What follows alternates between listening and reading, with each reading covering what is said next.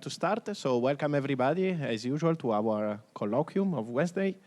So today's speaker is Nigel Goldenfeld, and as usual, let me introduce a little bit our speaker. So Nigel got his PhD in theoretical physics from the University of Cambridge in 1982, and then he spent 3 years as a postdoctoral fellow at the Institute for Theoretical Physics in California, in Santa Barbara. And after that, he joined the condensed matter theory group at the Department of Physics in University of Illinois at Urbana-Champaign, where he's actually stayed for 36 years, so a very long time. And in 2021, he finally joined UCSD, where he's now a faculty. Now, during these 36 years, he did many things. And just picking a few of them, because otherwise it takes too long. He, for example, directed the NASA Astrobiology Institute for Universal Biology. And in a sense, even more interesting and modern, during the COVID-19 pandemic, he pivoted all his experience in mathematical modeling of viruses and bacteria, so something that you are studying here during the school. And he helped the governor of Illinois to devise, set up, and run the COVID saliva testing system at University of Illinois at Urbana-Champaign. He also got many honors, and among them, let me cite the Kadanoff Prize in 2020. And his research, as you already know, he's in the mathematical modeling of viruses, biology, emergent phenomena, and so on. And today's talk is about the life and death of turbulence. Nigel, the floor is yours.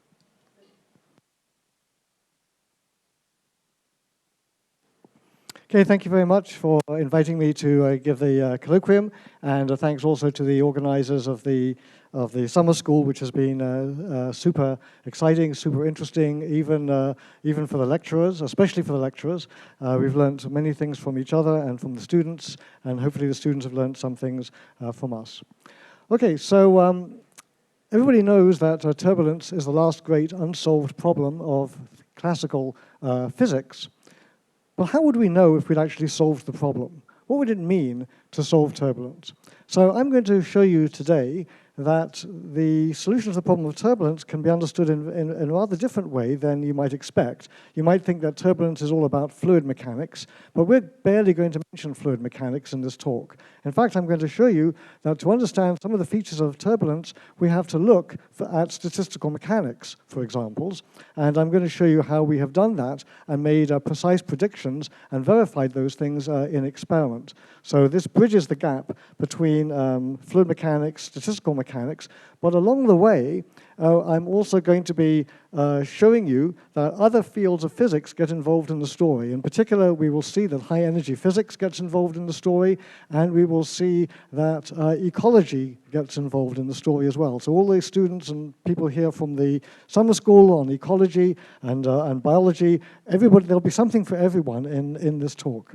All right, so my collaborators for the various projects are listed up there, and the support, and let's get into it with some propaganda. So let's start with Feynman. So Feynman actually did spend some time in Brazil, in Rio de Janeiro, during the, 1950s, I think. And this was his blackboard at Caltech after he had died, and the last thing on it was what he wanted to learn was nonlinear classical hydrodynamics, meaning turbulence. He was very interested in these problems. What did Feynman have to say about turbulence? If we look at the Feynman Lectures in Physics, he says, volume 2, I'm sure you'll remember, right after the electromagnetism section, he then derives the Navier-Stokes equations, and he says, we have written the equations of water flow. From experiment, we find a set of concepts and approximations to use to discuss the solution, vortex streets, turbulent wakes, boundary layers. When we have similar equations in a less familiar situation, and one for which we cannot yet experiment, we try to solve the equations in a primitive, halting, and confused way to try to determine what new qualitative features may come out, or what new qualitative forms are a consequence of the equations. Now, Feynman, for those of you who aren't steeped in the history of quantum electrodynamics, was the quintessential quantitative theoretical physicist. His work, for which he won the Nobel Prize, enabled us as a community in quantum electrodynamics to compute experimental quantities to something like 10 significant places, and to be able to do the experiments and verify those predictions. It's the most well-tested theory in our arsenal. And yet, he's not talking about quantitative things here. He's talking about qualitative things. Now, I'm a statistical condensed matter physicist in particular, so to me, when we talk about qualitative nature of matter, what we're talking about is the phase diagram of matter. The most fundamental question that you can ask about matter is, what does it do? How does it order? Does it do any other interesting phenomena, emergent phenomena, and things like this? And so this qualitative behavior of matter is the domain of statistical mechanics. So what I'm going to do in this talk is I'm going to try to expose for you the qualitative content of the equations of fluid mechanics, and we're going to understand the phase diagram. We're going to see that there's universality in turbulence, and we're going to even extract new scaling laws.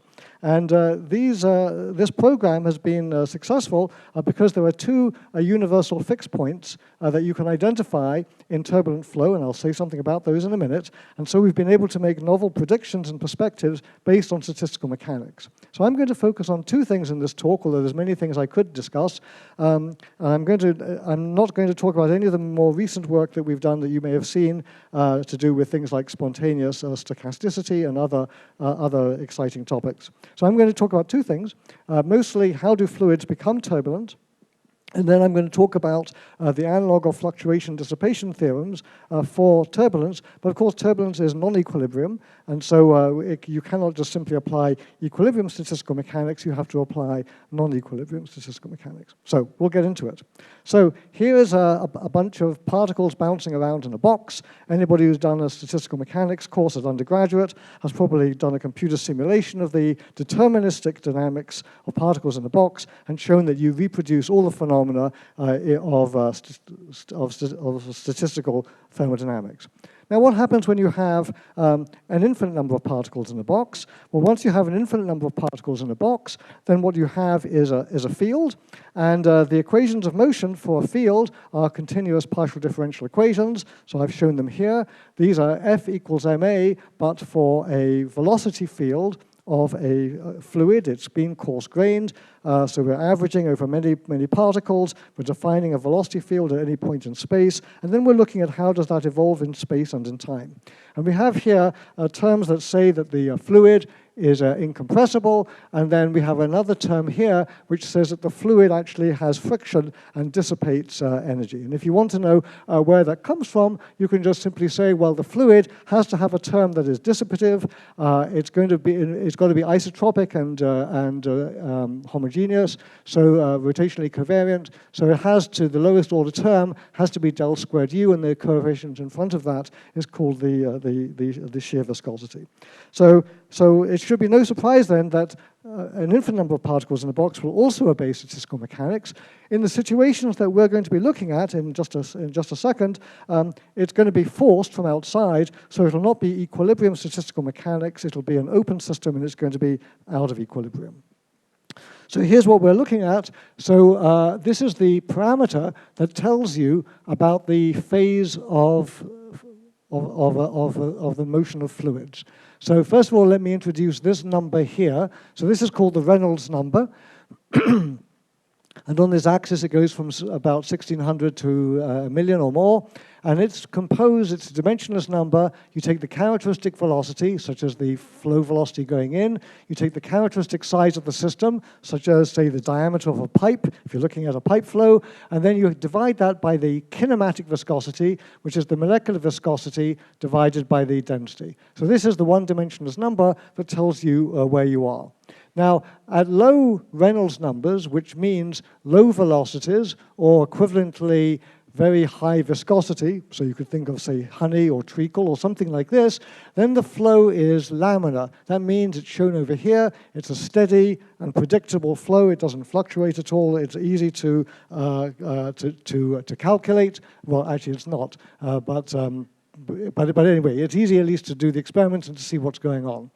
At very high Reynolds numbers, you have here turbulence. So here you can see a flow going into a kind of grid, and then out of that, the flow becomes fluctuating. It's random, it's unpredictable, it's stochastic, and that's what we call fully developed turbulence. And then here in the middle, at about Reynolds number 2000, we have the laminar turbulent transition, and I'm going to show you that there is critical behavior that is going on here. And here you've got the flow coming in from the left, and you can see the turbulence behind these what do you call those things? Wind turbines, and then laminar coexisting with it. And we'll see where that comes from.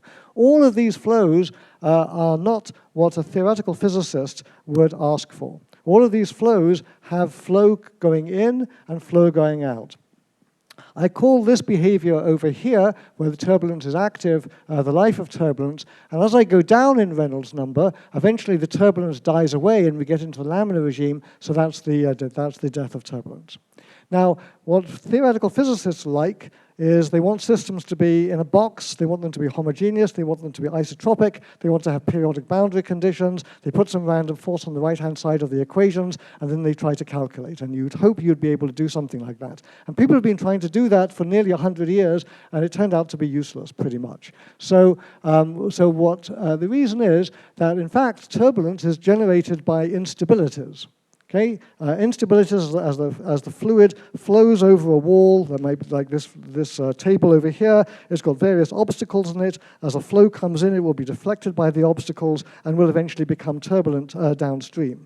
So if turbulence is generated by instabilities, yes? I'm completely out of the topic, so maybe, but there is essentially two orders of magnitudes between the transition and the fully developed turbulence. So I was wondering if this fully developed regime is like, I don't know, a large Reynolds number limit and some analytical treatment become available only in that limit, or? So I will answer all those questions later, okay? Can you repeat? I will answer your question later. Okay. Okay? All right. So the point is that turbulence is generated by instabilities as the fluid flows over, say, a surface, and symmetry is the enemy of instability. So by trying to look at a very isotropic situation, you're throwing out the baby with the bathwater. So turbulence can be generated by instabilities. Those instabilities can be linear and long wavelength. They could be nonlinear and spatially localized. You don't need artificial noise, but of course the actual treatment of those instabilities and the nonlinear stabilization of them is a very difficult problem. It's further difficult because turbulence interacts with the mean flow. Each of these flow situations here have fluid coming in from the left, so there is a mean flow, but then the turbulence itself creates mean flows, and those mean flows interact with the imposed mean flow, and so you get emergent mean flows. So it's a very, very complicated problem: mean flow, turbulence, and emergent mean flows. Okay. So what does it mean to solve turbulence? So let's go through this. So you could walk down the street and find a condensed matter physicist, and you could ask her, well, what does it mean to solve turbulence? And what she'd say is, well, turbulence is all about the fluid sort of fluctuating like this in terms of its velocity, so why don't you tell me what are the fluctuation spectrums at small scales where the fluid is fluctuating? And that's a typical answer by physicists, and it's a very important point. So let's have a look at how one might answer that. So this was answered by Richardson and Kolmogorov about 100 years ago, and they made a hypothesis which today we still do not really know if it is correct, but here is the idea. The idea is this. This quantity E of k, I will call it the energy spectrum, but what it is the energy per unit wave number range. So I look at the turbulent kinetic energy, I write it down into Fourier modes, I look at how much energy there is in the wave number k to k plus dk. So that's what the thing is, and the idea is this. I make a turbulent fluid by putting my fingers in the bathtub, putting some water in there first, of course, and then stirring my fingers around like this. I'm pumping energy into the water. That's making swirly-whirly things, which fluid mechanicians call eddies, but really it's just a fancy name for swirly-whirly things. And then those swirly-whirly things split up into smaller swirly-whirly things, and those smaller swirly-whirly things split up themselves into smaller swirly-whirly things. Okay, so you might think, aha, that's because of dissipation. This is what happens when things break. Like when I ride my bicycle, what typically happens is I ride my bicycle and then I go over a bump, then the chain comes off the bicycle, and then the wheels come off and the whole thing falls apart. This is not turbulence falling apart. This process is what turbulence does. This process is a Hamiltonian process. It has nothing to do with dissipation. Dissipation happens at large wave numbers, where you then, small scales, then you start to run into molecular viscosity, but at large length scales, near where the energy is being fed in, and then in this range here, you see this cascade process. So the idea is then, the fundamental idea is, if this process is truly Hamiltonian, then we can say something about it, and this is exactly what Kolmogorov did in 1941. So let's go through his argument. I'm not going to do much math in this lecture, but I'm going to do a little bit. I want to teach you about some of these asymptotic results because they're important for what we're going to say next. So what he said was, let's take this energy spectrum. It's going to depend on wave number. It's going to depend on epsilon. So epsilon is me putting energy in to the fluid like this. So that's epsilon. Then nu is the kinematic viscosity, and L is the size of the system, the size of the bathtub, if you will. Okay, so let's apply dimensional analysis. So what you'll notice is that I can create a length scale out of these quantities, nu cubed over epsilon to the 1/4, and that is called the Kolmogorov scale. That's one length scale. There's another length scale in the problem. Well, there's K, which is inverse length, and L, which is the system size. So basically, then I can put this whole thing together and say that dimensional analysis tells me that the energy spectrum should be nu squared over eta k times some function of k times eta and k times L. And that's as far as you can go with dimensional analysis. Now, people sometimes say Kolmogorov derived the result I'm going to show you by dimensional analysis, but that is not true. He did use dimensional analysis up to here. The rest of it are very specific assumptions about scaling laws, and so in the Russian literature, these are called incomplete or complete similarity, or intermediate asymptotics, the first or second kind. So let's talk about this. So what we're interested in is taking the turbulent limit. So far, we didn't say anything about turbulence. So what we're going to say is keep wave number fixed, but I can create a fluid being turbulent by taking the system size going to infinity. So I'm going to take KL to infinity. So that says, okay, fine, if KL is infinity, I just replace it by infinity in this function here, and now this function just depends on one variable rather than two. So that is progress.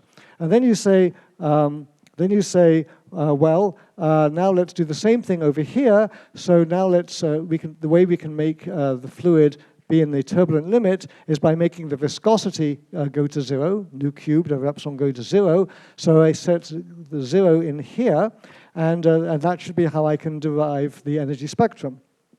But you run into a problem, because nu is out in the front here, nu is inside here, and actually nu is also in here. So now you have to ask the question, as I take the limit, as the viscosity goes to 0, or the Reynolds number goes to infinity, how can I get an answer that is not 0 or infinity? The only way that can happen is if this function f is a power law function, so that all the nu dependence that is bundled up into k times nu cubed to the 1/4 in here is cancelled out by the nu dependence on the outside. And so you can find out what that function should be, and the answer is that that function has to behave like its argument to the 5/3 power, something like this. And so what you end up with is this scaling law that says E of k is epsilon to the 2/3, k to the minus 5/3, and that is called the K41 scaling law. So here's what it looks like. So if I look at the kinetic energy per unit wave number range, E of k, plotted as a function of k. This is what we've just calculated. It's called the inertial range for reasons that will become clear in a minute. At large wave numbers, small scales, you have dissipation, and at the larger scales, that's where you're putting your fingers in the bathtub and stirring vigorously. So the only problem with this scaling analysis is that it's not quite correct, as they say in Russian. So what do we mean by it's not quite correct? Well, this assumption over here that you have complete similarity, meaning I can replace k times L with its value at infinity, that assumes that that limit exists, and it doesn't. Okay, that limit does not exist. It's called incomplete similarity. So how does that limit not exist? Well, it could not exist if, for example, this function, as a function of its two arguments, was some function of the first argument times KL to the power eta. So we'll assume that there's incomplete similarity in this and complete similarity in this variable, and then you find that you get this formula here. Then you do the scaling argument by making nu go to 0, as I said before, and what you end up finding is that E of k goes as k to the minus 5/3 times KL to this new exponent eta, and so what you have is a scaling not as k to the minus 5/3, but k to the minus 5/3 plus eta. And this factor eta is known as the intermittency exponent. It tells you that turbulence is much more fluctuating than just a random Gaussian process. And we'll talk more about this exponent later on towards the end of my talk. For those of you here who know field theory, this exponent, this intermittency exponent, is basically the anomalous dimensions of the field theory that describes turbulence. Okay, so much for physics. So now you walk down the street and you find an engineer, and you ask them, well, you know, what does it mean to solve turbulence? And the engineer says, okay, well, I don't care about all this fancy fluctuation stuff. I just want to know this. I'm designing an airplane, hopefully not from Boeing or something like this, and or a car, and I want to know what is the drag experienced by the plane as it flies high speed through the air, or the car as it goes through the ground. So here's the answer. So this experiment was done, a beautiful experiment done in 1933, and we'll talk about this experiment again near the end of the lecture. So this here is the friction, the frictional drag scaled in a particular way. In fact, this frictional drag is basically like this. It's the pressure drop per unit length. So you're measuring the pressure drop across a pipe, and then you divide by the kinetic energy, rho u squared, and then this thing is a dimensionless quantity. So because it's divided by u squared, that means that F is equal to some stuff divided by the Reynolds number squared. Okay, so what does that mean? Well, if I walk slowly through the air, then I'm going to experience a friction which will be proportional to how fast I move. So the friction will be proportional to velocity, which means proportional to Reynolds number, but I've divided by Reynolds number squared, so this thing here goes down as 1 over Reynolds number, because this is a log-log plot. Okay, there's other regimes here which I will talk about at the end of the talk, but what you can see is that this friction factor scaling is a very complicated thing, and I haven't yet told you what all these different curves represent. So it's a very complicated thing, and you can measure it, and every engineer has a graph of that in their back pocket, but where does it come from, and what does it mean? Now, then you could ask, well, okay, let's ask somebody who's writing an interdisciplinary grant to the National Science Foundation in the United States, what does it mean to solve turbulence? And they'd say, well, every grant that you submit these days has to mention multi-scale phenomena. So you might say, can I predict the dissipation experienced at large scales, what I just showed you, from the fluctuations at small scales? In other words, if I know this, can I then predict this? How does the drag experience at large scales reflect the very nature of the turbulence states at small scales? And that's a very important and interesting point. It's trying to understand causally what is going on in the dissipation. Now, another thing that you might do is you might say, well, if I want to solve turbulence, I ought to be able to say, when does a fluid become turbulent? So how can I predict when a fluid is going to become turbulent and how it becomes turbulent? Is there any sort of universality at the laminar turbulence transition? And this is a very important question. In fact, it was the subject of Werner Heisenberg's PhD thesis. He didn't solve the problem, but he made some interesting contribution to it, and along the way developed a mathematical method known as the WKB approximation, which turned out to be of some use in his future life.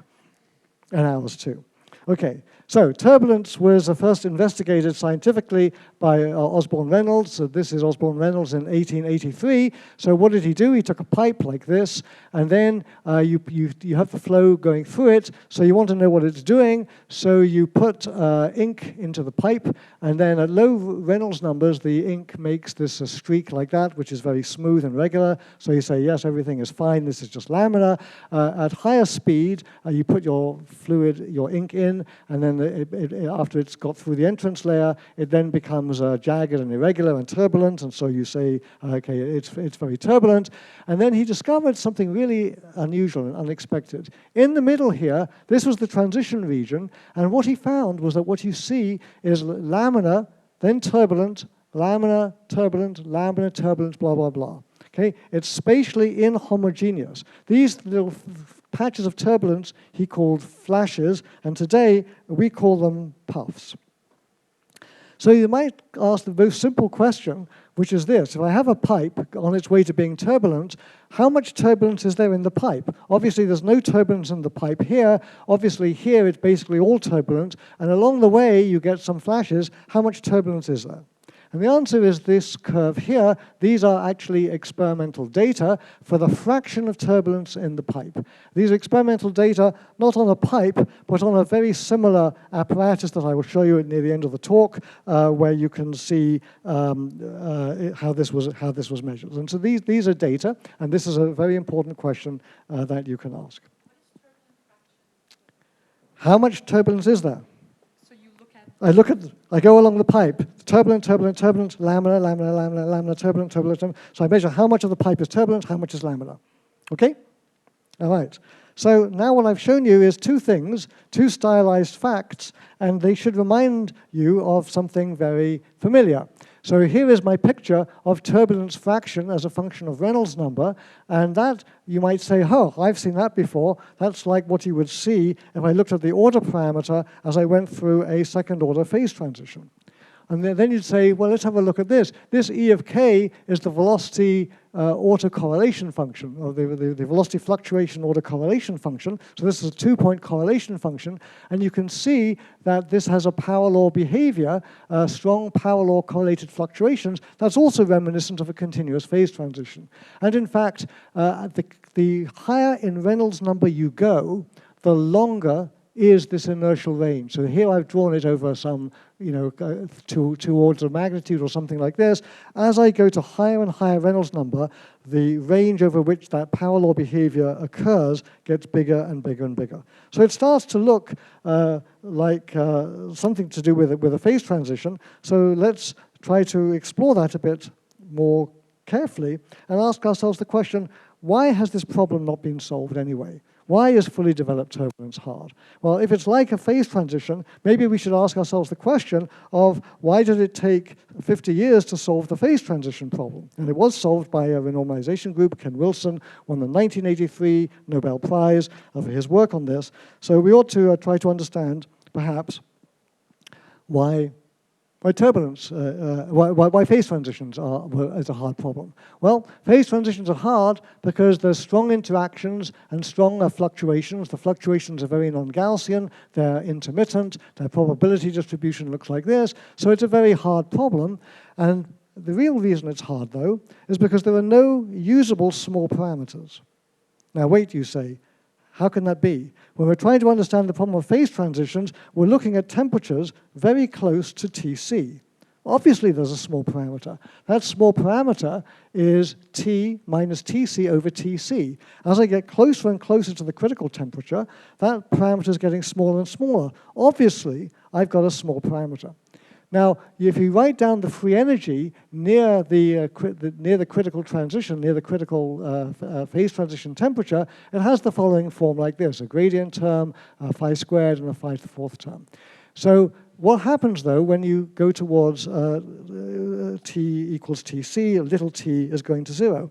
Well, if you look on page 191 of any good textbook on renormalization group, you will find that if I do dimensional analysis on this field theory, I can get rid of all of these parameters except for the parameter involving the interactions between the fluctuations, the fourth order fluctuations, and that scale parameter goes as t to the power d minus 4 over 2.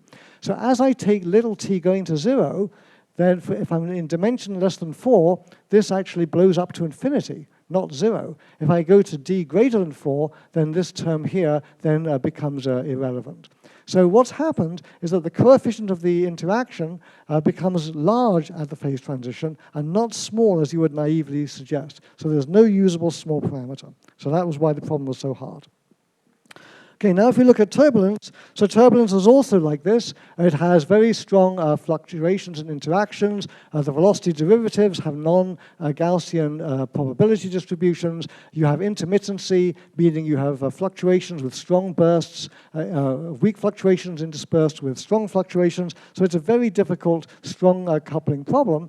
And it has no small parameter, because here's the Navier-Stokes equations. This term here came from making the transformation of a fluid flow in a Lagrangian frame of reference to an Eulerian frame of reference. That's the only nonlinearity in the problem, but its coefficient is 1, and it's determined by Galilean covariance. As I take the nu goes to 0 limit, or the Reynolds number goes to infinity, limit, this term goes away, but this term stays of order 1. And this nonlinearity, which comes from the inertia, stays of order 1, even as I take the viscosity going to 0. So there's no usable small parameter in the turbulence problem either. Even though I'm saying nu goes to 0, I'm saying Reynolds number is going to infinity.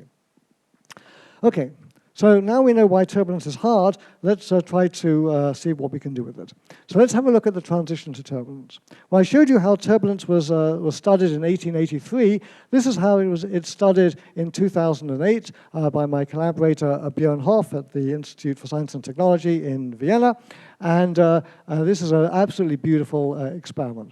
So what you do is this. First of all, you prepare a turbulent flow, and the turbulent flow is moving at a particular speed, so there's a Reynolds number which you can vary. Now, one of the things about turbulence that I haven't told you is that turbulence is a subcritical transition. The transition to turbulence is subcritical. What that means is this. If I'm very, very careful, I do an experiment very carefully, I can make turbulence in the pipe not occur at all until the Reynolds number is, say, 100,000. Okay, I told you that the transition the transition critical Reynolds number is 2,000, but that's the lowest number that you can make a fluid become turbulent. But if you're very careful, you can prepare it so that the fluid stays laminar even up to Reynolds numbers of 100,000. So you do that, and then somebody in the next room sneezes, and when they sneeze, that shakes the building a little bit, and poof, the fluid then collapses back into the turbulent state. So the laminar state is a metastable state, as it were, so what you do here in this experiment is you exploit that. So what you do is you create the fluid moving at a particular Reynolds number, then you put a little disturbance into the fluid, like here. Now you've got this little disturbance that's created a localized patch of turbulence. So that localized patch of turbulence drifts down the pipe. Now, if your Reynolds number is below the critical Reynolds number for turbulence, then that turbulent patch will eventually die away. So now you can ask the following question. Does that turbulence last long enough to get to the other end of the pipe? Let's suppose that it does. So that's shown here. The turbulence, as I've told you, creates drag. So if it creates drag, at the end of the pipe, the fluid will come out with a slower velocity, and it will follow the red curve. If, on the other hand, the turbulence dies away halfway down the pipe, then the fluid will come out with a yellow curve, and so it'll come out a little bit faster.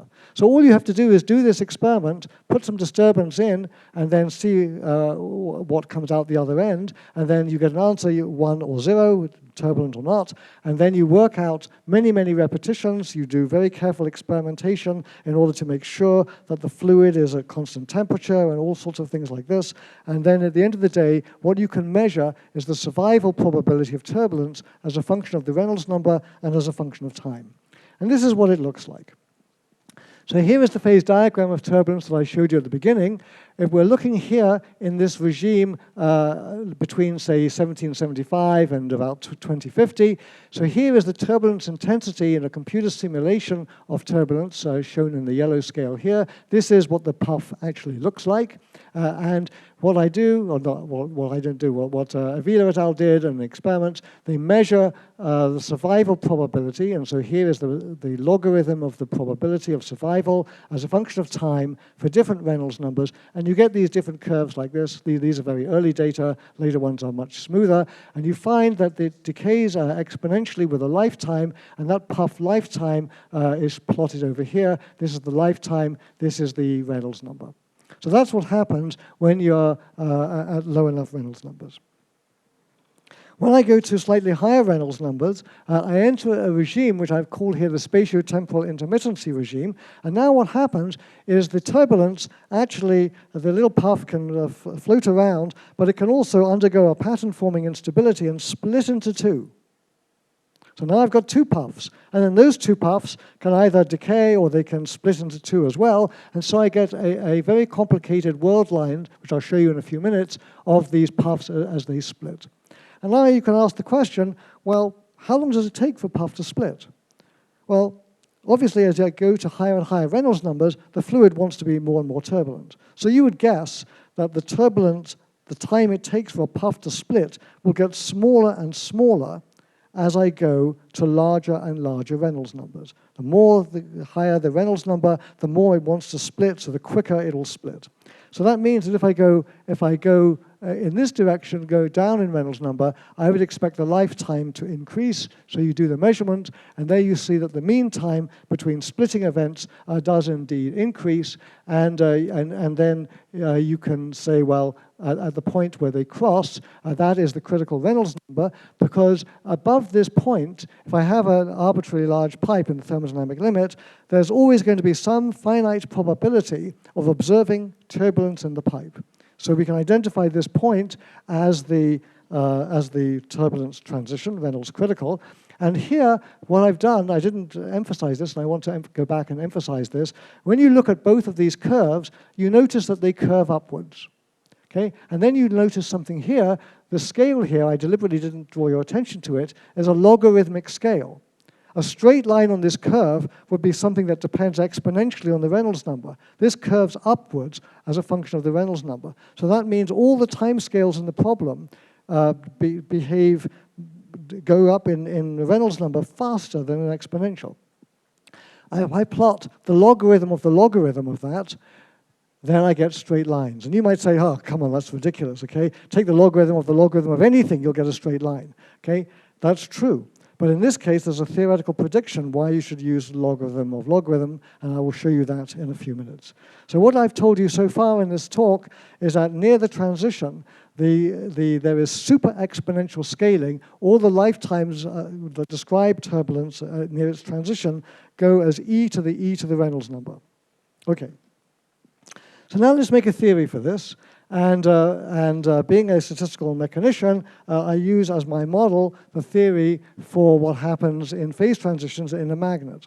So let's talk about how we would make a theory. We have to be conscious, as condensed matter physicists, we have to be conscious of the way that we construct theories, and we know that because that's one of the main lessons that we learned from the renormalization group. Now, the reason I want to do this, I'm going to go through this very quickly. The reason I want to do this is because if there's any fluid mechanicians in the audience, which in this place I don't expect that there are, but a fluid mechanician might say, okay, you've got to start from the Navier-Stokes equations and derive all this. Okay, well, let's see, is that really true? So what do we do in a magnet? Okay, magnets we also understand very well, and I'll show you something about that in a minute. So if I've got a magnetic material, I look at the different levels of description. I've got the electronic structure at the lowest level of description, the band theory, Schrödinger's equation, and so on and so forth.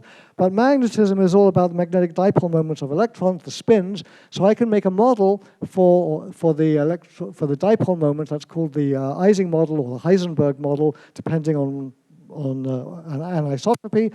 And I can make it either quantum mechanical or classical. So you might think, well, okay, this theory, this level of description, just focusing on the spins, that should be easier to solve than solving the full Schrödinger equation.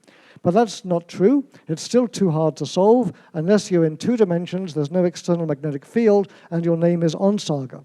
Okay? The only exact solution we know of the Ising model is in 2 dimensions and no external magnetic field, and that's not where we are. So that's too hard to solve either. So then we write down an expansion for the thermodynamic free energy, the so-called Landau theory, and I showed you that before. And then from the Landau theory, I can then work out the renormalization group universality class.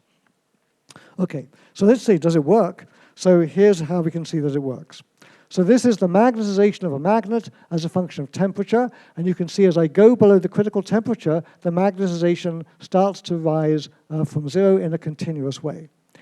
And we describe it by saying m goes as t minus tc to the power beta, and beta is some exponent that we're going to have to figure out. That's for external field equal to 0 as t goes to tc. Now we can also do another thing. We can say, okay, let's take our magnet and let's perturb it by applying an external magnetic field.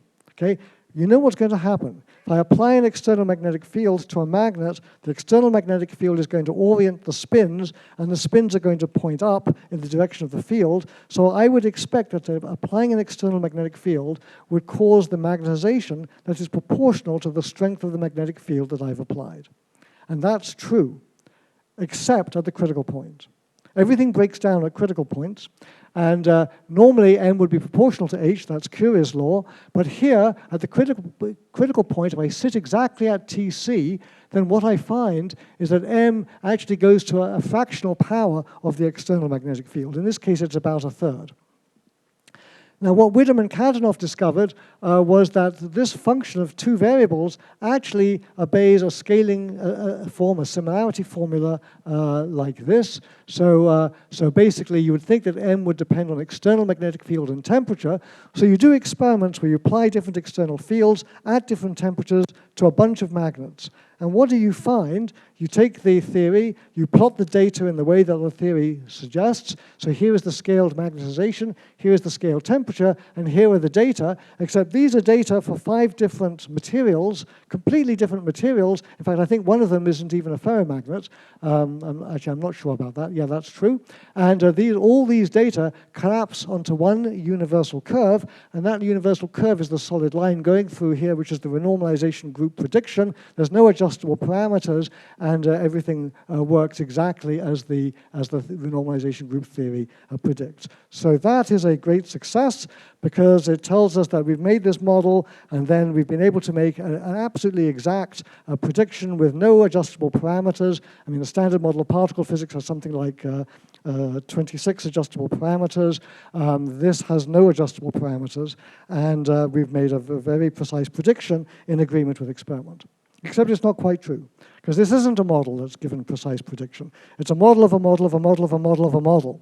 Okay? Because I started off with quantum chemistry, the Schrödinger equation, then the electronic structure, then the quantum spin model, then the classical spin model, then Landau theory. And each step of the way, as I simplified my models, I was making non-systematic approximations that could not possibly be justified a priori. They're all calculations that would make a mathematician reach for their smelling salts. It's just a very non-systematic, and yet we made all these non-systematic approximations, and it works brilliantly well. How is that possible? Okay, well, that's the magic of renormalization group. All right, now that we want to go to turbulence. So for turbulence, well, we can say, well, kinetic theory of gases, of fluids, is like the electronic structure. The coarse-grained variables are like the Navier-Stokes equation, so we should start from there. But I think that if you're going to understand something like this, the Navier-Stokes equations are the very worst place to start. Okay, and the best place to start is to ask the question, well, what is the analog of the Landau theory for the phase transition? And then what is the analog of the renormalization group universality class? Okay, well, of course, I can't calculate anything worth a damn because there is no small parameter in the problem.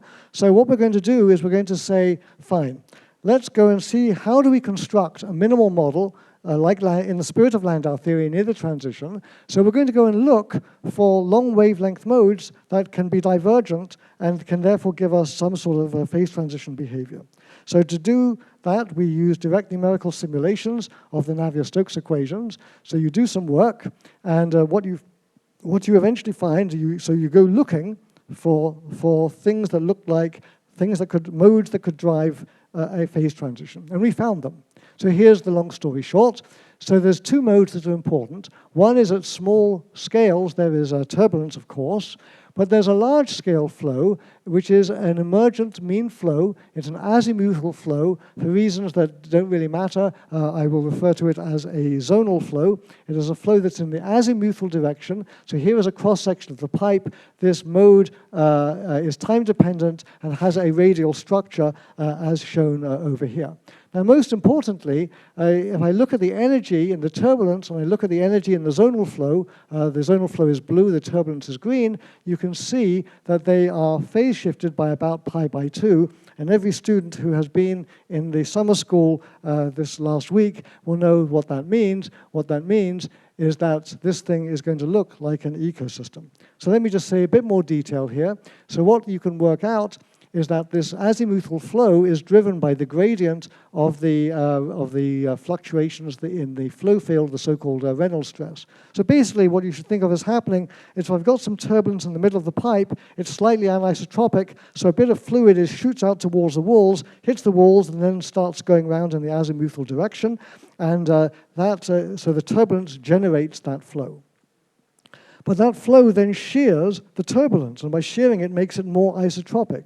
So I've got an activator, the turbulence activating the zonal flow, and the zonal flow being an inhibitor acting on the turbulence. So the turbulence induces the zonal flow suppresses the turbulence goes down, and therefore the zonal flow goes down, and then the turbulence can then go back up again. So this is just like what happens to the predator and prey in an ecosystem. So here's a predator and prey in an ecosystem. This is a sheep, and this is a wolf. And look, this is the population as a function of time. You see these population oscillations, 90 degrees out of phase. And what we've seen in our simulations is the suggestive idea that what is happening here is something like a predator-prey dynamics. Okay, so that's step one. We've got some idea then of how to construct a theory for the transition. So let's talk about predator-prey systems. Again, all the students in the class know from my lectures that the way we, as statistical mechanicians, describe a predator-prey in an ecosystem is you do it as follows. Here are the predators A, here are the prey B, and then the way you describe this is the following. You have a set of reactions that tell you that predators and preys are diffusing around in the ecosystem. Whenever a predator meets a prey, something bad happens, and then the prey gets eaten, and then the predator uses the energy obtained from that to make a baby predator. So that what is happening there is the reaction A plus B goes to A plus A. And you can write down all of these stochastic processes describing the various other processes that go on in a predator-prey ecosystem generically, and then you can ask, what does that dynamics tell us? Okay, so that's how you construct the Landau theory. Let's talk a little bit more about that stochastic predator-prey theory and why it is the Landau theory for turbulence. So the way we can do this is I want to show you a little bit about the field theory of this. So the field theory for fluid mechanics was developed by Bill Wild at the University of Illinois. They're called the Wild diagrams. And here I'm going to show you how one does that. So we've got two modes, the zonal flow and the turbulence, which I'll write down by the wiggly line. The vacuum state is the laminar flow, and that's what provides the energy. So what I would do is I would, as a wave turbulence picture, I would write down all the possible interactions, the Feynman diagrams, that correspond to the zonal flow and turbulence. So let's have a look at this one over here. This one says a wiggly line goes into a straight line, something happens, and out comes two straight lines. So this is turbulence interacts with the zonal flow, and then out comes from that two zonal flow lines. So the zonal flow is like the predator, and the turbulence is like the prey. So this is the wave picture, if you will.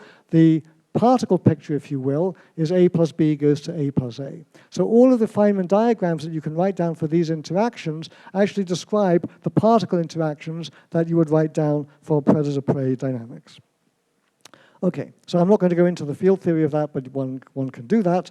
What I want to do now is I want to show you that this stochastic predator-prey model, which never ever saw the Navier-Stokes equations in its life, can recapitulate the data that we see in the experiments. So here we go. So this is the data that you've already seen. This is the phase diagram of turbulence going along here. This is the predator-prey model. The analog of Reynolds number is the prey birth rate. Why is it the prey birth rate? Well, if you imagine that I've got wolves and sheep in an ecosystem, let's suppose the sheep reproduce once every 300 years. So then the wolves will just eat all the sheep and everything will die.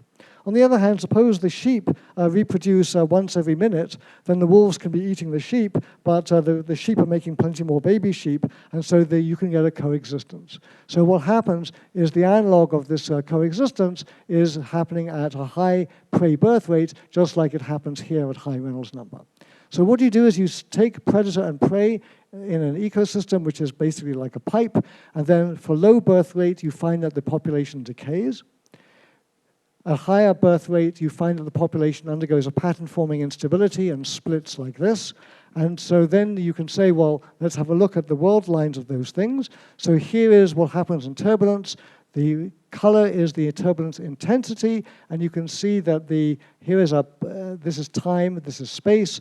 The puff is sitting there. It undergoes a splitting event, then it splits into two again, and then again over here, and so on and so forth. That's the spatial temporal intermittency regime of the puffs. If I do the same thing now for the population splitting in the predator-prey ecosystem, I get a similar kind of picture. All right, so since the qualitative features are obtained by this simple stochastic model, then now let's calculate what is the statistics of the extinction time and what is the statistics of the time between population splitting events. We already know what that does for turbulence, but what does it do for an ecosystem? Okay, so here's the answer. So one of these is the turbulence and one is the predator-prey, and I have to look to see which one it is. So here is the data that I already showed you. This is the turbulence puff lifetime. This is the mean time between puff splitting events. And then over here, you have, in the ecosystem case, you have exactly the same super exponential behavior. So the extinction in ecology is the same thing as the death of turbulence. Okay, so just quick recap. So what we've seen is that we start off with turbulence. Near the transition, it's a two-fluid model. That two-fluid model seems to behave like a predator and prey in an ecosystem. Okay, that's fine, but why do I care? Well, what I want to know is what is the universality class of this transition. So now I'm going to show you what the universality class is. So I'm going to show you that the universality class of this transition is directed percolation. I'm going to explain to you what directed percolation is, and the reason we know this is when I write down the stochastic predator-prey theory as a stochastic field theory, it looks like a stochastic field theory that was first written down in particle physics. It's known as Region field theory. It's a theory that comes up in high-energy hadron scattering. It was discovered in the 1970s, and people studied it very seriously, people like Parisi, for example, and others. And they studied it because it was a very weird quantum field theory, and eventually they realized it's not even a quantum field theory. It's actually a Markov process. And it was a very strange thing. And then in the 80s, various people, including me, proved that this field theory is actually equivalent, it's in the same universality class as directed percolation. So let's go and see how that works. So here's what directed percolation is. So this is an experiment that I do every morning at home. I take a coffee filter, I put it into a funnel, and then I put coffee into it, and then I pour water on top of it, okay? So here's what happens. If you do just what I just said, exactly follow those instructions, what will happen is the water will trickle through very quickly between the grains, and very quickly I'll get a cup of coffee, but it will taste like the sort of coffee that you get at gas stations or petrol stations, okay? It'll taste like rubbish. It'll be terrible, okay? And probably nowhere in Brazil can you get a cup of coffee that bad. That's because the probability of percolating through is very, very high. So this percolation probability, P, is very large, close to 1. So then you say, okay, that's fine, that's really terrible, I'm an idiot. So then you spend maybe a few years in Erwin Fry's group at Munich, and you learn how to prepare coffee properly, you tamp it down properly, you get the grains in. Of course, I haven't had that experience, so I go ahead and do that. Then I pour the water onto the coffee granules, and all that happens is the water backs up and goes over the counter, and my wife yells at me, the dog is barking, the kids are screaming. It's a terrible start to your day. So that's no good. So then you say, okay, I overdid it. So you just try to tune the P just right so that the coffee will dribble through the granules at just the right speed, so they spend the most amount of time absorbing the good stuff from the coffee granules, and they don't go through too strongly. They don't go through too fast. So here's the phase diagram of directed percolation. So this is P is less than PC. This is when you tamp down the coffee too much, and the water backs up and goes over the counter, and everybody shouts at you. This is American gas station coffee, where at long times every site here is occupied, the percolation has gone through everywhere, so at long times every site is occupied, and this is the perfect cup of coffee. The percolation probability is at criticality, and there's just virtually every site is empty here, except one site is occupied over here perhaps. So I want you to think of these occupied sites as being sites that are turbulent, and sites that are not occupied, that are empty, as being laminar. So this is the space, this is the time, and it turns out that this is a critical point transition, and all the critical exponents are known, and so on and so forth. So here's what happens. If you want to simulate the transition to turbulence, you could do one thing. You could buy a very big supercomputer, and then you could simulate the Navier-Stokes equations, and you could look at what sites have got turbulence in them and what sites don't. Or you could be somebody cheap, like a theoretical physicist like me, and what you do is you just do directed percolation in 3 space and 1 time dimension, look at the occupied sites, and you see this picture here of the turbulence decaying. If I take a 1-dimensional slice through this, I get something like this. So this is my initial condition, and then what is happening is this is the decay of turbulence, and the lifetime of turbulence is the time it takes for this longest strand to go extinct. The time it takes for that longest strand to go extinct is the lifetime of turbulence. Now, if I want to know, what is that time? What is the statistics of that time? Well, you might say, I've got a bunch of random processes here, so I've got to look at the statistics of the maximum of these random processes. And the statistics of the maximum of a bunch of random variables is called extreme value statistics. So I take the maximum number of a bunch of random numbers, then I do this again and again and again, and I look at what their probability distribution is, and the cumulative distribution of that, at least for the most common and the most relevant extreme value distribution here, is e to the minus e to the minus y. This double exponential is why you get the super exponential scaling that I showed you at the beginning of the talk. Okay, now if I look at what happens near the transition, I have a bunch of variables. This is the predator-prey equations written down in a spatially extended way. I and j are spatial labels, and these are the various processes that you've seen before. If I now say that I'm near the transition, well, the prey are getting very weak, their numbers. The predators can hardly survive. So let's get rid of all the reactions that involve the predators. So now I just have reactions involving the food, and I have the prey.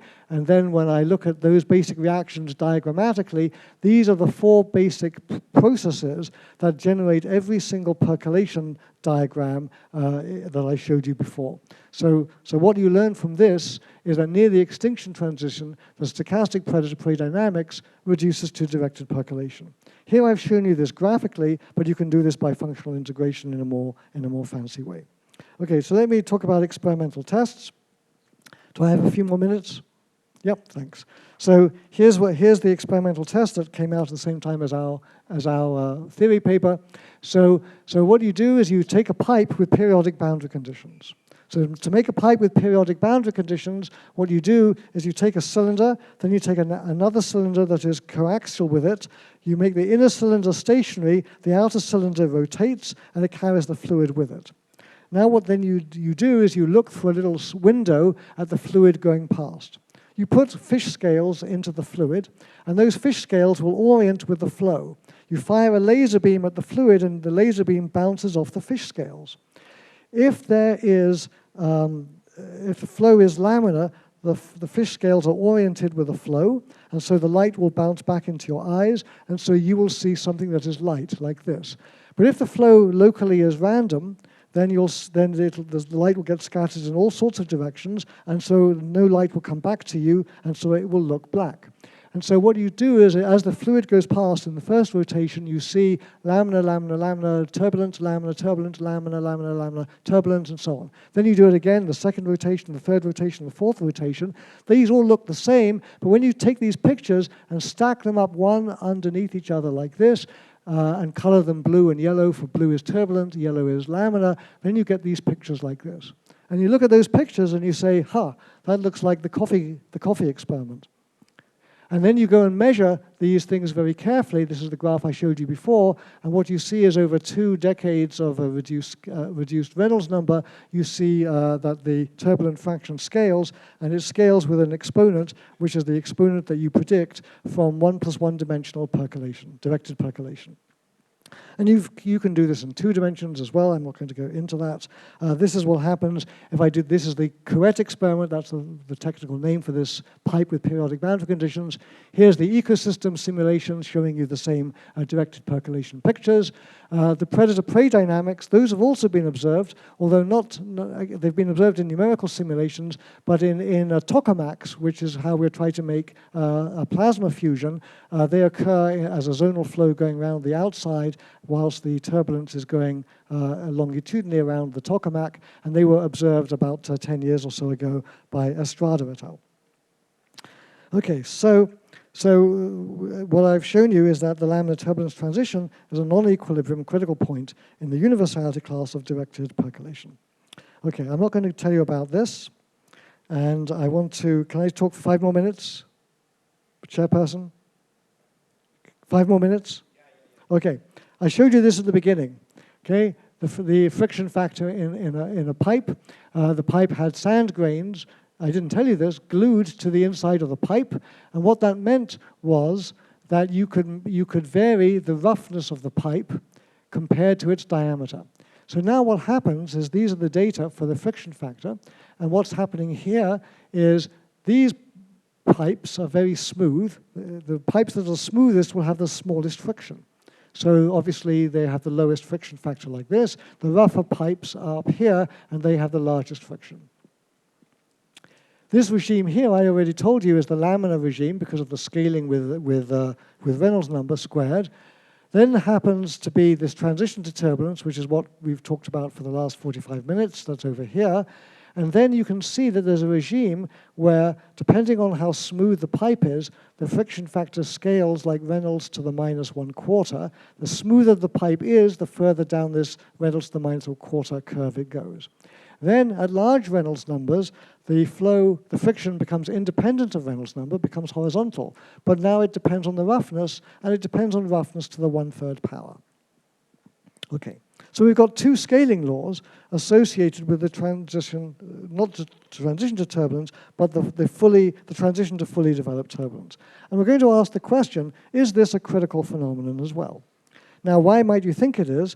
Well, remember we talked about turbulence has an energy spectrum that goes as k to the -5/3. Critical phenomena have a power spectrum correlation function in mean field theory that goes as k to the -2. I also showed you that critical phenomena have this data collapse curve that I showed you earlier. And so the question I'm going to ask is, what is the analog of this data collapse, this Widom-Kadanoff scaling for turbulence? So here's the data I showed you before. That's the data collapse. And the next thing we want to ask is there something like this for turbulence? Well, the answer is yes. I'm not going to explain to you how I derived it. So you take these data. They were made in 1933. I was probably the first theoretical physicist to ever look at those data, and 15 minutes later I'd worked out the theory, and here it is. This is the final version of the theory. Here are the papers, and here you can see the data collapsed onto one universal curve, and from this universal curve you can read off the intermittency exponent, the anomalous dimensions of field of turbulence that I told you about at the beginning. Okay. So now we know how to fill in this table. Now, this is amazing. This is pretty much the punchline of the talk. This is amazing because here's Nikaradze, who's basically a very careful plumber, And what he has done is by just measuring the pressure drop across a pipe in a very, very good experiment, a very controlled way, he actually was able to measure the anomalous scaling exponents, the anomalous dimensions of the field theory describing fully developed fluid turbulence, and he did that 8 years before Kolmogorov even guessed the scaling exponents for the mean field theory. And what this shows you then is that the friction factor, which is the thing that we've been studying here, the friction factor, it involves the anomalous dimensions of the velocity fluctuations. So we have that the friction factor involves the intermittency corrections to the velocity fluctuations, and so we've got a connection between the velocity fluctuations and the friction factor or the dissipation in turbulence. And this is an example of a non-equilibrium fluctuation-dissipation relation applying to fully developed turbulence. Okay, so I think I will stop here. There is a test of this, and if you want to ask me questions about the test at the end, in the question period, I will be happy to go through the remaining slides. Here's my summary. Let me end with pictures of my collaborators, and I also want to end with this. Okay, there's Hong Yan-Shi and me in front of Reynolds' original apparatus in the basement of the Mechanical Engineering Department at Manchester University. And here is how I want to end. Okay, this is a fortune cookie, a real fortune cookie that I got. Okay, I really got this one, and I am the single best person in the whole world to get this fortune cookie. It says, turbulence is a life force. It is opportunity. Let's love turbulence and use it for change. And by the way, it also gives you some random numbers you can use in your Monte Carlo simulation. Okay. Now, why is this an appropriate fortune cookie? Well, if you go to the summer school that is on right now, you'll hear there's a mixture of people with a biology or ecology background, people with a theoretical physics background or physics background, and usually if you ever hear talks at this institute from, say, a biophysicist like me, for example, they will say, okay, well, we're physicists and here's some great physics that we can use to solve some problem in biology. That's the usual script. Okay, it's obnoxious, but that's often what people say. Okay, but in this talk, it was very different. Because in this talk, we used our knowledge of biology to solve a problem in physics. Okay, and that's a very unusual thing. The graduate student who worked on this with me, Hong Yan-Shi, her PhD thesis, like all my students, she starts off working on some physics problems to do with the transition to turbulence. Then she wanted to work on some biology problems, so she started working on the predator-prey dynamics with evolution added to it as well. Okay. Halfway through her PhD thesis, we realized that these two problems were actually the same problem. And so when she wrote her PhD thesis, it had both the biology and the turbulence stuff in it, and it won the APS dissertation award. So let me end there. Here are some references for the work that we've been doing, and also work I haven't had time to talk about. I'll be happy to take your questions. And just to remind you, I didn't show you the experimental test that we did for our fluctuation dissipation relation. Okay, thank you very much.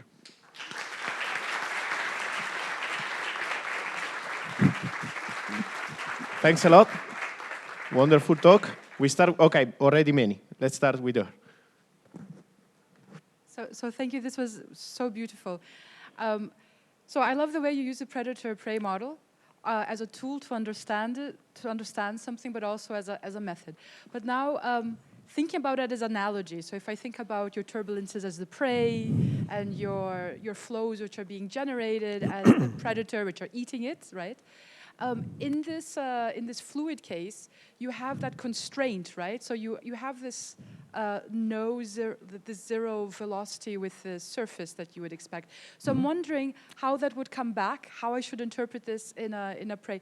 Because usually we don't think that the prey population has a carrying capacity by itself. It's just the availability of prey. Right.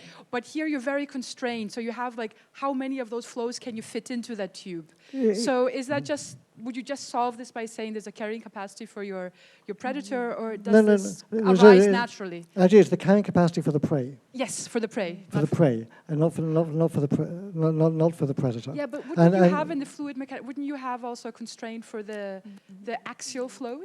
Because it's touching the boundary at a certain moment? No, not really. So first of all, this isn't an analogy. So I showed you the computer simulations. That's not an analogy. That showed you. Yeah. That's an analogy. What I didn't show you was that if I then take the equations of fluid mechanics, the Navier-Stokes equations, and do a closure approximation, which the students in the summer school know that I hate closure approximations. You do a sort of mean field closure approximation. You can actually derive the predator-prey equations. So actually you derive the Lotka-Volterra equations with a carrying capacity. With the carrying capacity for the prey, and the predator doesn't need it, and that's perfect. That's the same. Yeah. Okay. Yeah. Thanks for the question. Yeah. Thank you for the very beautiful colloquium. Yes, I was wondering whether there is one big universality class for turbulence, or do you expect to have many? No. And if it's so, definitely not. Definitely not. There's two universality classes.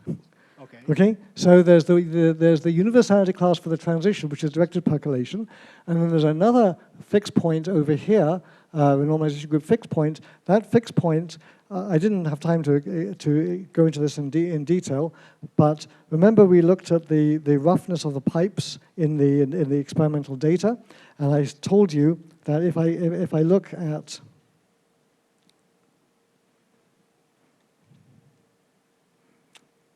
If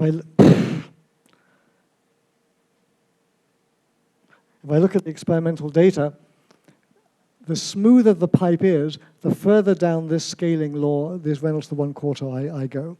So there is a critical point at the roughness going to 0 and the Reynolds number going to infinity. And in fact, this critical point, I haven't explained this to you, but some of you may be interested since this is a Theoretical Physics Institute.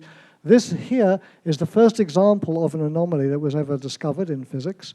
So the chiral anomaly was discovered in 1969. This anomaly is called the dissipative anomaly, and it was discovered by Onsager in 1949. And the way he demonstrated it was by doing basically what today we would call the operator product expansion.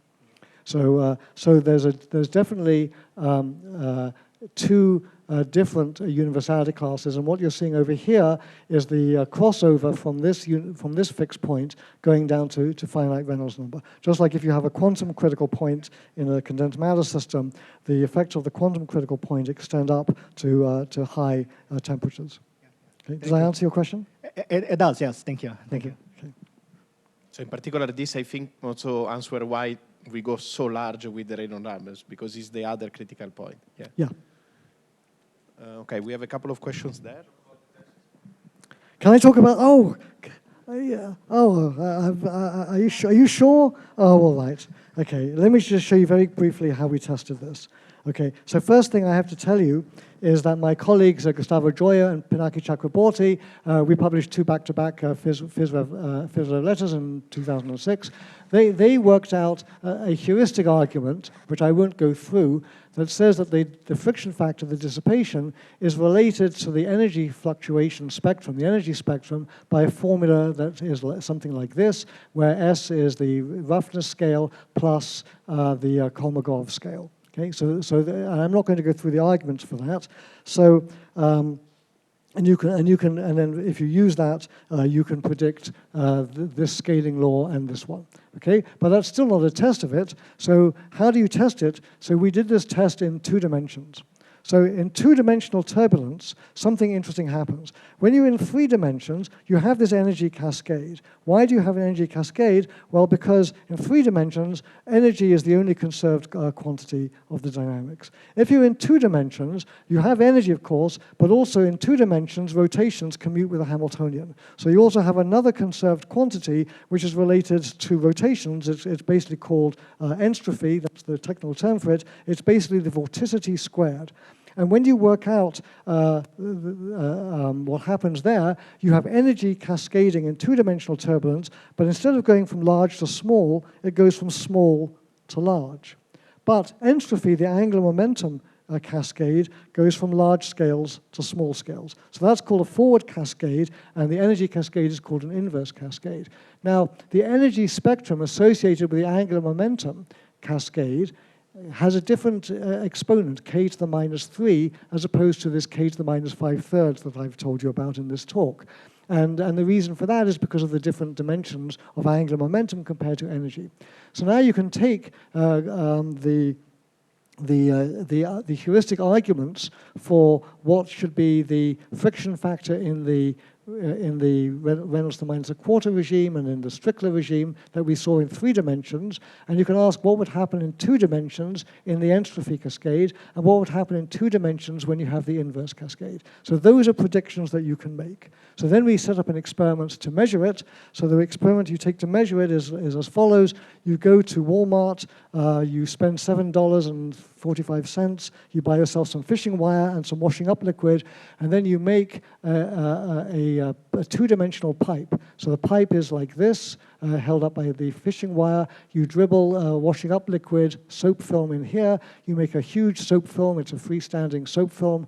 You put saw blades on the walls to make the roughness, and you can see the whole apparatus here. You put the thing in a Perspex coffin to stop wind, air currents disturbing the soap film, and then you put little particles into the soap film, and then you fire a laser beam at it, and you scatter light off the laser beam, and you do laser Doppler velocimetry to work out what is the velocity flow field as you go through this pipe.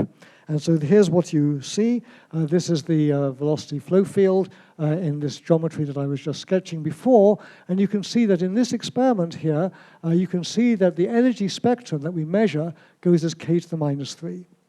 And then in this geometry, where there's a saw blade on one side and not on the other, we were able to make an inverse cascade where the scaling law here of the energy spectrum goes as k to the minus 5/3. So that is the inverse energy cascade in 2D, and this is the forward energy cascade, forward cascade of entropy in 2D. The theory made a prediction for each of these. What is the friction factor? So we measured the friction factor, and here are the data. So this is the friction factor for the inverse energy cascade. It scales as Reynolds to the minus a quarter. This is the friction factor for the entropy cascade, and it scales as predicted as Reynolds to the minus a half. Then what happened is a couple of years ago, those were experiments that I was involved with the collaborators I showed you. Hamid Khaleh and collaborators a few years ago that were able to push the experiment into the Strickler regime, and they could observe the scaling law with a linear power that we predicted. And then over here, they measured the data collapse scaling in 2D for the entropy cascade, and you can see again that it fits the predictions. So there's no other way known to me to make these predictions other than using statistical mechanics. So did I answer your question? Hello, Professor. Hi there. Thank you for the lecture. So my background is microelectronics. And Microelectronics, did you say? Yes. Okay. So we have a problem that is equivalent to Navier-Stokes equation, that is the Lorentz equation, that is a velocity and lifetime of a carrier charger in the silicon lattice. So we have the atoms and the electron need to flow, and this flux of flow of electrons became a Navier-Stokes. Do you believe that we can use the correlation with the predictor prey in this case? No, because if you're looking at microelectronics, the Reynolds number will be too small, right? So you'll be in the laminar regime. So the Reynolds number for that is usually very small. I mean, it's a very interesting question, and I've wondered about this many times, whether you can create electronic systems that have turbulent flow. But it's very difficult to get the mean free path to be long enough, to have pure enough samples that you can get a Reynolds number. And remember that the Reynolds number needs to be above several thousand in order to get turbulence. But typically in these electronic devices, the Reynolds number is even less than 10. So it's a good question, but unfortunately, I think the answer right now is no. But people are definitely trying. I also thought that maybe we could do this at the relativistic heavy ion collider in Brookhaven. So if you take the relativistic heavy ion collider at Brookhaven, you take gold atoms, you smash them together like this, and because of the Lorentz contraction, the atoms get Lorentz contracted, and so you make a kind of turbulent pancake of the quark gluon plasma. And once you have such a thing, you might say, well, what is the Reynolds number associated with that? So I went to Brookhaven to talk to some of my friends there, and we realized that the Reynolds number, the most Reynolds number you could get would be about 100. So first of all, it would cost like $700 million to do the experiment, and second of all, it wouldn't be the right experiment. So, but good question. You're looking at other analogs of this. Question. Yeah, this is a very general question. Yeah. How close are we, or you actually, from solving the turbulence problem and claiming the Clay Prize? $1 million? Oh, the Clay Prize. Okay, so the question was, how close are we to solving the Clay Prize? The Clay Prize is a prize of $1 million if you can prove uniqueness and existence of 3D Navier-Stokes. Okay, so I would claim I'm 1 million miles away from that, because never in my wildest dreams would I think that doing that would tell me anything about the experiments that I've shown you, about the friction factor of turbulence, the scaling laws, any of these things. None of that is described by that. Okay, so I think the Clay Prize is completely irrelevant to anything that we're interested in as theoretical physicists to do with turbulence. Okay, that being said, there is a very interesting question there. So if I look at my publications here, do I have them here? Yes, I do. So there's another thing that we've been doing recently, which I didn't have time to talk about, for obvious reasons. This is a thing called spontaneous stochasticity. So let me answer your question by doing this. I apologize for taking up so much time with my answers to the questions, but this is really interesting. Okay, so if you take an ODE, so nonlinear ODE, it has deterministic solutions, right? Okay, obviously. Okay, so now you say, fine, that's easy. Okay, now let's suppose I add epsilon times some random noise to that. That's going to have stochastic solutions, right? Yep. Okay, now what happens as I take the limit as epsilon goes to 0? Do I get this? Or do I get this? Okay, well, you're going to say, well, duh. I mean, I've taken it away, so I'm going to get deterministic. Well, it's not true. Okay, so in some situations, when you take this limit, you can still get stochastic solutions. Just like when I take a magnet, I apply an external magnetic field, and then I take the magnetic field away. If I'm above TC, then the magnet will stop being magnetic. But if I'm below TC, even though I've taken the external field away, it will still have a remnant magnetization, a spontaneous magnetization. The same thing can happen in a differential equation, but for that to happen, there have to be all sorts of weird singularities. For example, it has to be the case that there is finite time blowup in the equation, in the equation here. That's what happens in the Euler equations. When you get rid of the viscosity, the Euler equations have finite time blowup and all sorts of singularities. It also can happen if your system has very irregular flow fields. I told you about the anomalies that you get in turbulence that Onsager discovered. If I look at how the velocity field in a fluid from a point R to a point R away, that varies as basically something like R to the 1/3. Okay, so you look at that and you'll say, well, this is really weird. This is what a turbulent fluid does. This isn't Lipschitz continuous. So I will not be able to differentiate this. So how do I make even sense of the derivatives that occur in the Navier-Stokes equations? So the Navier-Stokes equations are themselves incredibly perverse objects when you have turbulence. This thing here is because of the dissipative anomaly.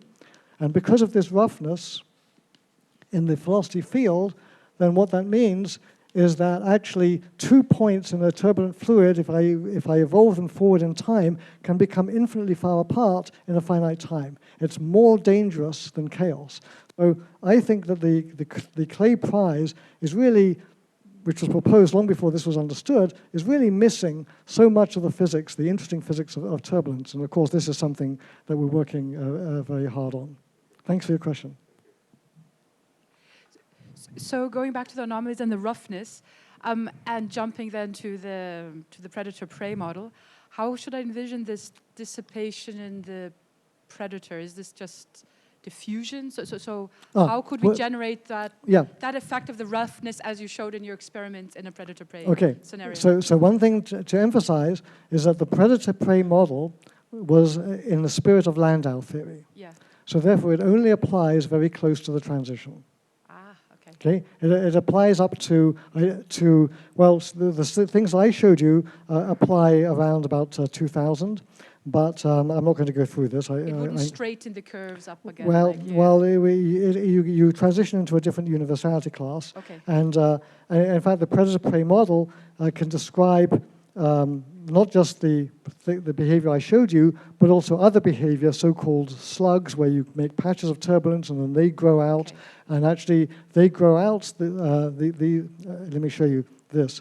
This is, I'm not going to explain how this works, but this here is turbulence spreading into laminar fluid, and this front here, this front actually looks like a front that you get in ecology called the Kolmogorov-Petrovsky-Piskunov-Fischer waves, which you have heard about, and maybe somebody like Johan may have talked about in our summer school. So this is also another ecological connection, that these waves occur here, and this is also described by the predator-prey limit, but beyond about 4,000 Reynolds number, you've now got full turbulence, and it's nothing to do with it.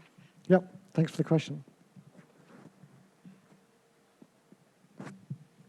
I have a question concerning the fluctuation dissipation theorem. Yeah. In thermodynamics, or equilibrium thermodynamics, there is the temperature which connects the two. What's the analog, or is there an analog in the case of turbulence? I think I don't really know the answer to that. So the question was the fluctuation dissipation theorem in equilibrium statistical mechanics says that the friction and the diffusion coefficient are related by the temperature. It comes from the constraint that you have a Boltzmann distribution. So the question was, well, what is the analog of that here? So I don't know. We don't know how to derive this fundamentally. I would say that this is a non-equilibrium steady state, and you have to then ask, as you know, people have been looking at fluctuation theorems now in non-equilibrium statistical mechanics for the last 20 years. So what we know is that if you take the fluctuation dissipation theorem from equilibrium statistical mechanics, there's a fluctuation dissipation relation when you're out of equilibrium, where there's no detailed balance, and then the deviation from the equilibrium fluctuation dissipation theorem is the current that's going through that tells you how far away you are from equilibrium. So I think the analog of the strength of that current is basically the kinetic energy of the mean flow that is powering the turbulence. But we don't know how to put that on a firm footing. Okay, perhaps it's time to wrap up the colloquium. So let's thank our speaker again.